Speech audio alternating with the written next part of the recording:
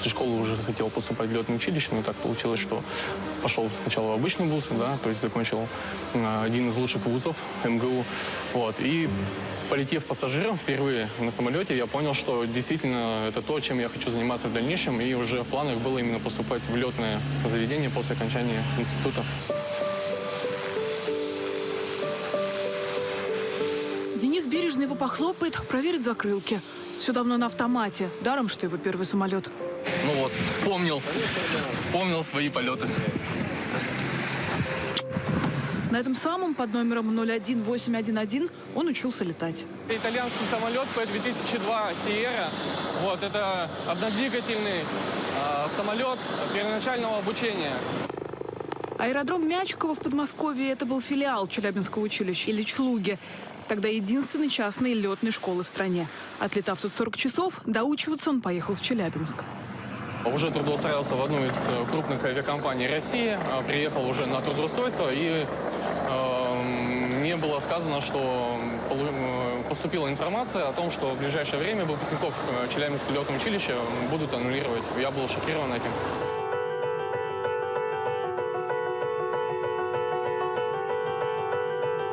Скоро его и еще 40 фамилий появились на сайте Росавиации. Приказ их свидетельства пилотов аннулировать, в небо не добро пожаловать, а добро пожаловаться. Мне был отдан ответ, что обращайтесь в суд, если вас что-то не устраивает.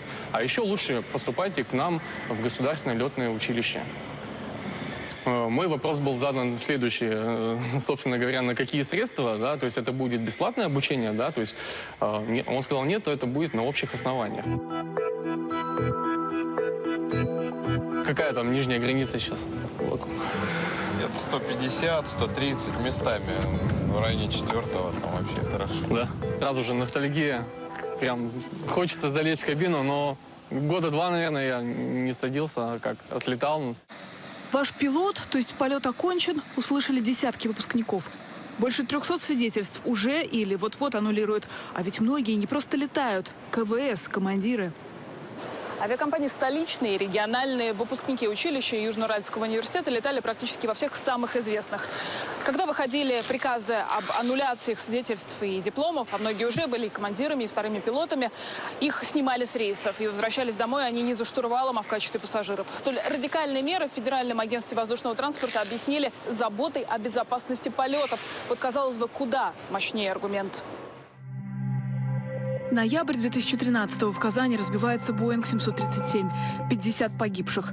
Расследование показало, один из пилотов купил себе налет в частном авиационном центре. С тех пор большинство таких школ закрыты. А Челаве в 2016-м не продлевают сертификат. Начинаются аннуляции свидетельств их выпускников. Новая волна, еще масштабней, после катастрофы Ан-148 в феврале 2018-го. Второй пилот разбившегося лайнера Сергей Гамбарян летную практику проходил в Челаве. Вадим знал его лично, вместе заканчивали училище. Расследование показало, это именно он, второй пилот, пытался предотвратить ту катастрофу. Сначала его пытались обвинить в том, что это вообще он пилотировал и мешал командиру лететь. Потом, слава богу, пришли в ум и сказали, что все было наоборот. Но дело закрутилось, и начались проверки. Он не хотел бы показывать лицо, потому что уважаемый в своей компании командир воздушного судна, потому что давно летает. И он попал под последние чистки свидетельства. Его лишили сразу после катастрофы. Мы проходили вот так вот, на щелчок проходили собеседования в компаниях. Вот. И нас брали. А теперь мы как бы представляем из себя, знаете, такой токсичный как бы летный состав, который говорит: о, ребят, мы в курсе вашей проблемы, но, извините, сейчас никак. Первый иск был выигран, но он все еще в судебных тяжбах. Я в Росавиации был там 4 или 5 раз. Понимаете, нас проверяли вдоль и поперек. Потом, когда я стал командиром воздушного судна, я там тестировался. Это 1500 вопросов выборочно, да? Я сдал на 98 баллов. Что еще мне нужно вам показать, рассказать, чтобы вы поверили, что мы, в общем-то, можем летать? Не хуже, чем выпускники из училищ, которые только-только приходят.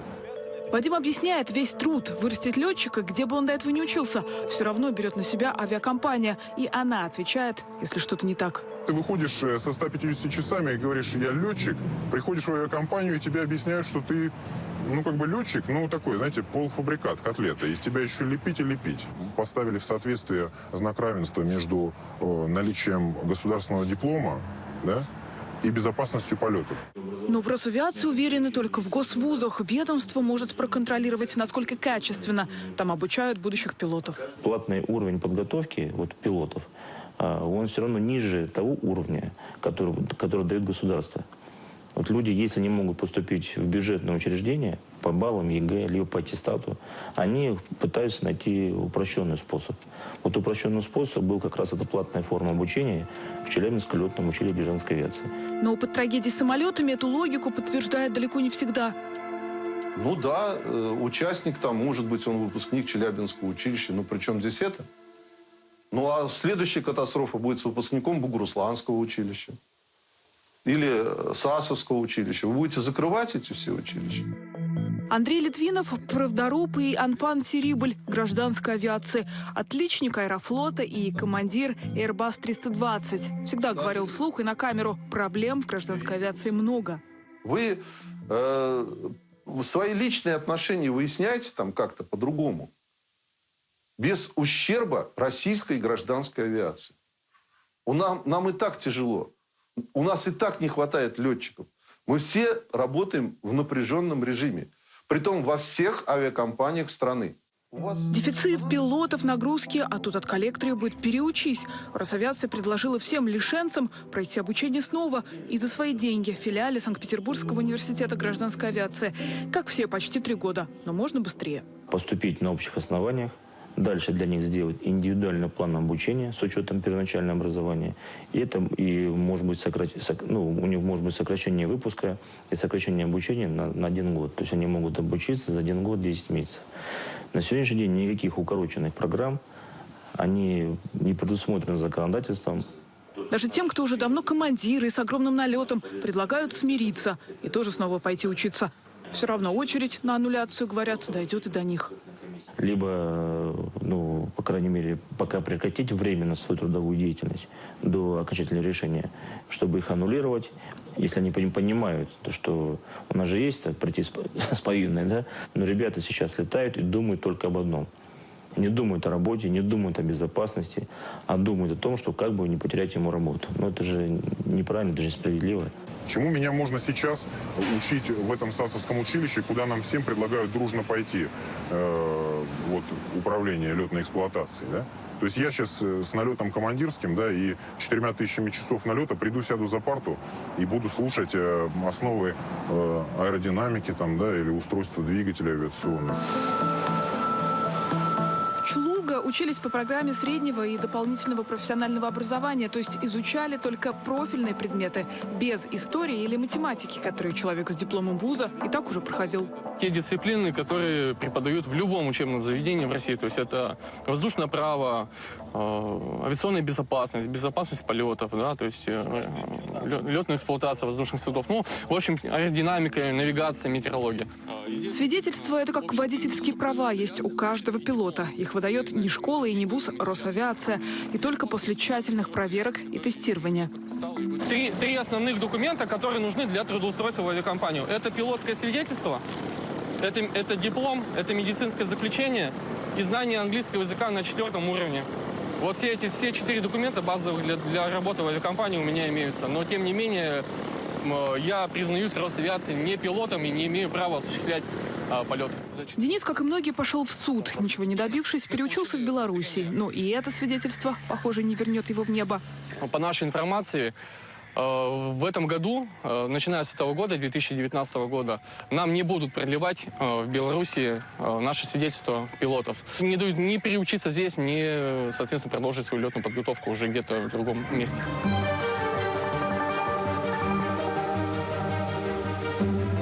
Их история от Москвы до Дальнего Востока похожа одна на другую. Небо, самолет, аннуляция.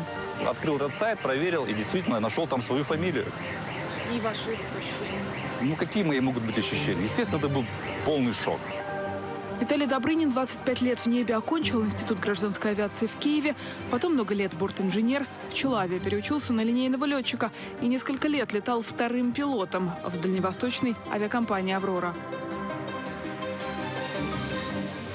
Я знал, что какие-то вопросы возникали к учебному заведению, где мы обучались. Но до конца, конечно, я не верил, что действительно такое может произойти. Потому что мы учились честно, отлетали всю полностью программу, прошли теоретическую подготовку, сдали все экзамены, в том числе и в самой Росавиации.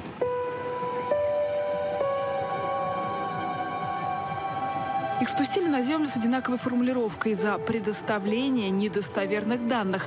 Якобы название программы, по которой они учились и которую утвердила Росавиация, и название в их дипломах не совпадают. Летная эксплуатация воздушных судов и двигателей и функциональных систем на уровне пилота коммерческой авиации. Эта запись неверная. Должна была быть запись «Проходил подготовку по программе подготовки пилотов коммерческой авиации». А в чем разница? Я не знаю. Я не знаю, в чем разница. Разницы нет. Мы летали на самолетах. Мы изучали аэродинамику, изучали метеорологию. Мы изучали дисциплины, которые необходимы для подготовки пилота, а не тракториста, швеи, не знаю, там.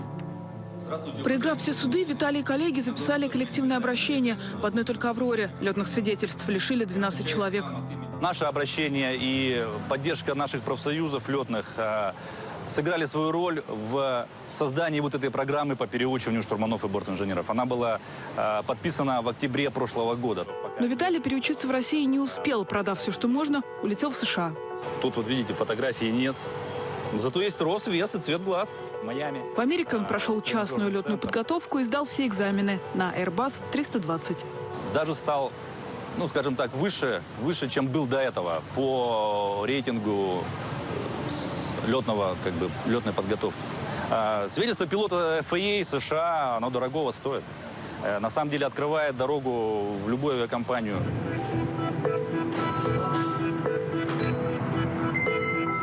Но в России быть пилотами могут только с дипломами 2 вузов. В Петербурге Ульяновские 4 училищ. С летными свидетельствами других стран россиянину пока не устроится. Ежегодно готовим около 800 пилотов за бюджетные средства. И люди за свои деньги, за 2,5 миллиона или за 3 миллиона по-разному, идут учиться в какой-то частной школе. Это то же самое, что вот медицина. Где у нас медицина? Если у нас медицина есть, если медицина государством поддерживается, в любом случае нормальный здравомыслящий человек пойдет в государственную медицинскую организацию для оказания услуги, если он хочет комплексно подойти ко всем вопросам. Ну, вот в Америке, в Европе ты можешь пойти закончить этот АУЦ, налетать, заплатить деньги и стать летчиком. Никто не говорит, что эти АУЦы должны быть бесконтрольны. Естественно, это надо согласовывать программу обучения. И, пожалуйста, пусть учат. Но ведь они же вообще позакрывали все. Просто взяли и закрыли. А почему? А потому что так проще.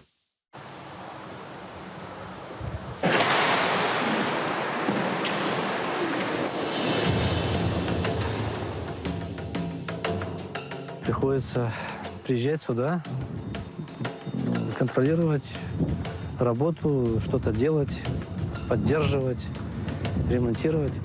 Пилот-инструктор Сергей Викторович на бывшем аэродроме Чилаве как одинокий волк. Уже 2 года ни студентов, ни занятий, а он то ангар проверит. Учебные самолеты давно стоят, а он на них словно вот-вот только приземлился. С грунта летаем, с полосы летаем. На аэродромы 5,5 часов можно летать. То пройдется по классам, Как было, так оно и осталось. Никуда ничего не пропало, все живое. то заглянет в аудиторию, где инструкторы учили штурманскому делу. Здесь были все летчики-профессионалы. У всех налет был от 10 до 25 тысяч часов. То с вышки посмотрит на поле, где годами взлетал и садился со своими учениками.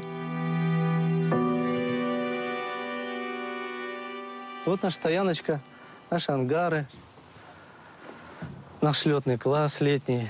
В общем, все условия.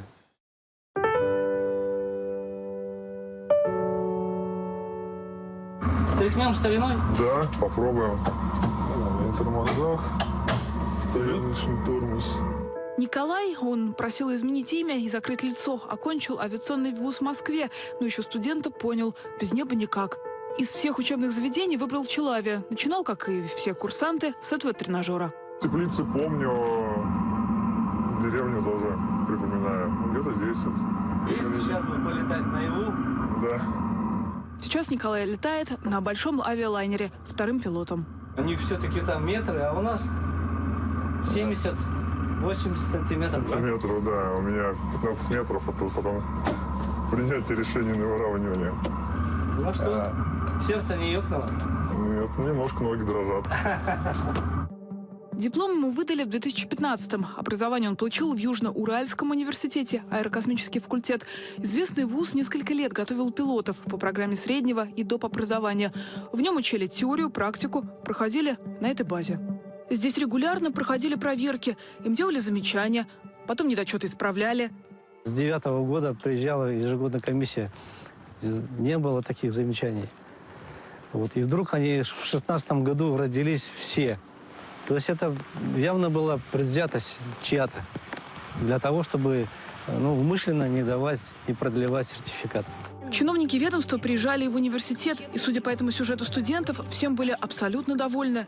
Знакомство Федерального агентства воздушного транспорта с Южноуральским госуниверситетом только началось, а представители Росавиации уже высоко оценили условия подготовки специалистов на аэрокосмическом факультете. Но времена, похоже, меняются. Это просто руководство вводило в заблуждение. На самом деле приезжало руководство Росавиации в Южно-Уральский университет, смотрели базу, смотрели преподавателей, смотрели классы, смотрели тренажеры. Но никто не мог себе придумать, что вся подготовка коммерческих пилотов будет отдана на аутсорсинг. Никто себе даже не мог это предположить. И что не будет вести журнал учета рабочего времени, то, что будет потом инструктора не соответствовать законодательству, российскому воздушному законодательству в планах медицины. Николай говорит, тщательно подошел к выбору летного училища, советовался с опытными летчиками, где учиться, если у тебя уже есть высшее техническое. Тут и самолеты были новые, очень хорошая техническая база, и оснащение, то есть была асфальтовая полоса, что тоже, в принципе, редкость для наших училищ. С этим дипломом 3 года назад его взяли в крупную авиакомпанию. Конкурс был огромный. После краха Трансаэро, так что была существенная очередь, и конкурентные условия были довольно большие. Условно, сколько человек на место? Тогда нам говорили, что около 600 или 700 человек стоит в очереди. Но сейчас он, второй пилот, у которого, кажется, все хорошо, снова прилетает в Челябинск. Десятки выпускников ЮрГУ уже год проходят третьими лицами в судебном процессе. 21 июня районный суд удовлетворил иск транспортной прокуратуры к университету и признал, тот учил летному делу незаконно. Претензия основная заключается в том, что обе организации образовательных обладали только одним документом. То есть авиакомпания «Челавия» обладала только сертификатом учебного центра, а университет обладал только лицензией на ведение образовательной деятельности. Между тем, по мнению ИСА, все-таки это нелегитимно, и обе организации должны были иметь и тот документ, и другой. Юрист одной из известнейших авиакомпаний России в суд Челябинска летает как на работу. Дипломов могут лишить 16 их летчиков. Человек работал, то есть он не просто получил свидетельство и сидел. И говорить о том, что безопасность, как-то это может повлиять, он практиковал. То есть авиакомпания его переучила на тип воздушного судна. Все было проверено, свидетельство изначально было выдано.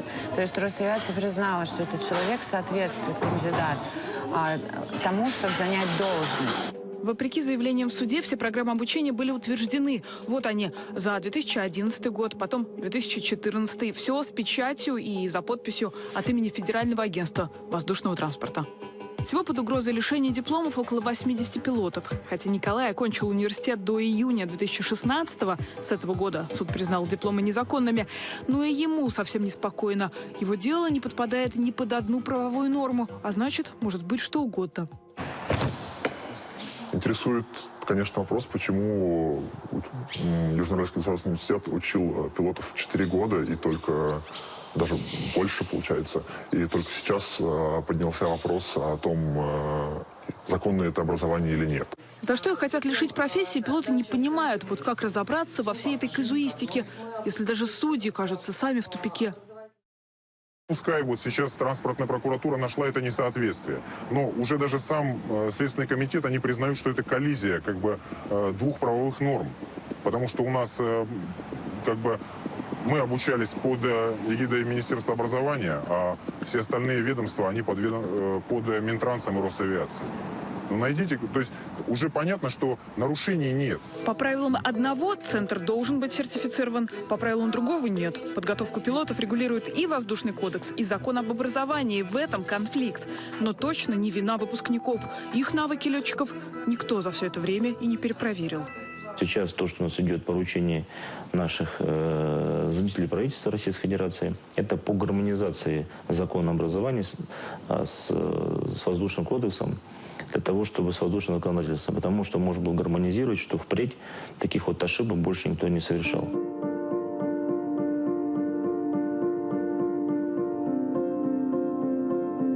Летели в Екатеринбург, был беспосадочный перелет на Ил-86, когда летчики еще в 90-х кабину не закрывали. Но тогда я, наверное, как это говорится, ударился о крыло. Павел Семченко, как и многие, пришел в Челаве за мечтой о полетах. За спиной уже было высшее техническое образование.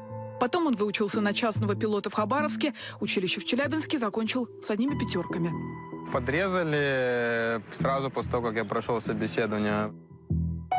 Я сам позвонил в авиакомпанию, спросил, может, какие-то проблемы, что-то не так. Мне сказали, что при всем уважении, как бы ко мне там ничего против меня никто не имеет, но есть сведения, что будут аннулировать свидетельства пилотов, выпускников Челави. Лишившись свидетельства, он пошел по судам и объединил в соцсетях выпускников, чтобы отстаивать свои права. Все вместе. Обучение в ЧЛУГа стоило около 1,5–2 миллионов рублей. В 2 раза дешевле, чем в госвузах, если учиться там не на бюджете. В этом конкурентном преимуществе, уверены выпускники, все и дело. Челябинское летное училище в 2015 году получило лицензию на образовательную деятельность, в которую было внесено право подготовки пилотов по ВГОСу летной эксплуатации летательных аппаратов. То есть Челябинское летное училище решило впрямую конкурировать с госучилищами. Многие, как Павел, ничего не добившись, в судах улетели переучиваться за границу, получать свидетельство под другой юрисдикцией. Так, ну вот достаю щуп. Вот. И смотрю.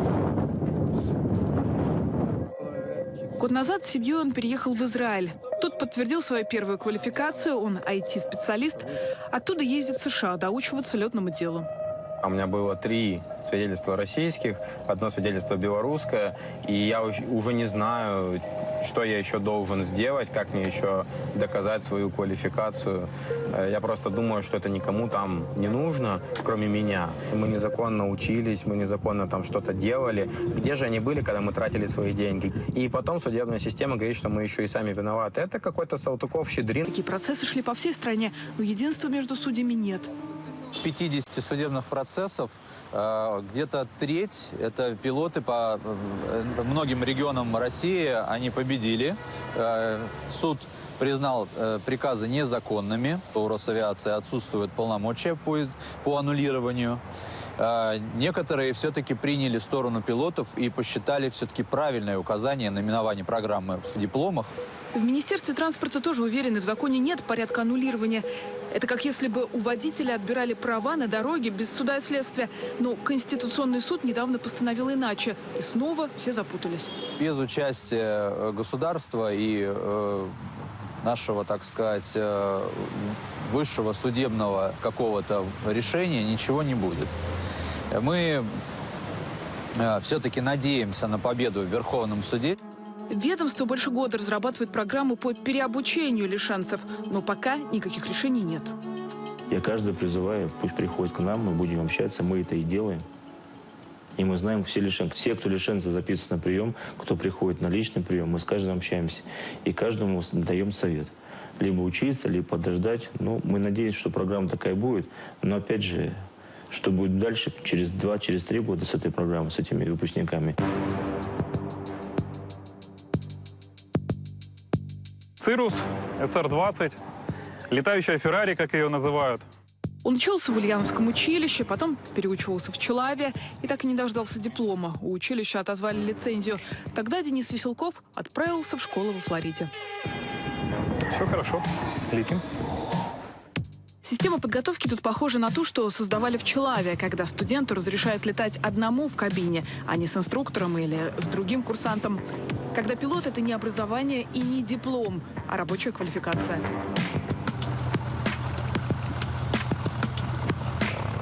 Профессиональные инструктора, которые меня выпустили в небо, большое им спасибо, очень напоминает именно обстановку, как это происходит здесь.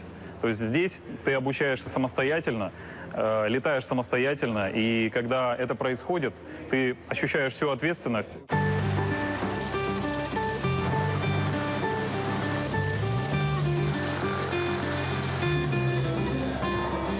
Аэропорт в пригороде Майами маленький, а трафик, как и в мини-Внуково.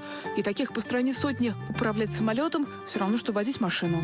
Вот наша Flight Planning Room, она же штурманская. Здесь все пилоты бизнес-авиации, частной авиации, иногда и мы, как студенты, здесь готовимся к полетам. Здесь наглядно можно посмотреть погоду. Здесь же учебный центр и пилотская.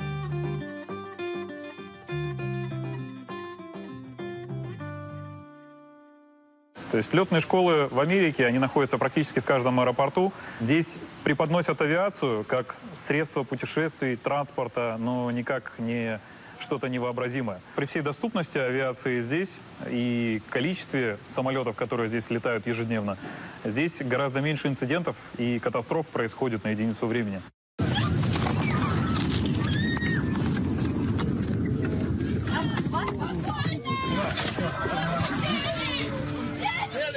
Теперь уже герой России Дамир Юсупов, филигранно посадивший аварийный лайнер на кукурузное поле, тоже долго шел к своей мечте о полетах. Юрист с высшим образованием к 30 окончательно понял, пора все менять.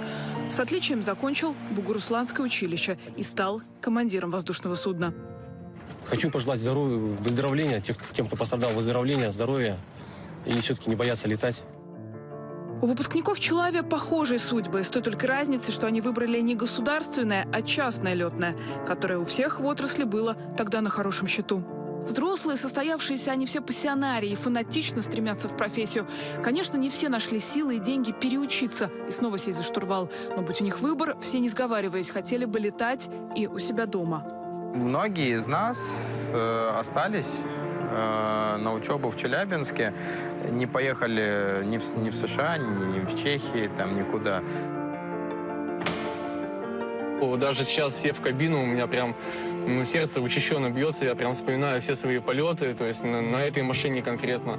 Вот, и желание в небо вернуться у меня просто колоссальное. И люди остаются в отрасли, пока есть здоровье. И я также хочу. И нету цели, в принципе, даже за границу уезжать, потому что, по большому счету, сейчас нам не особо-то нужно.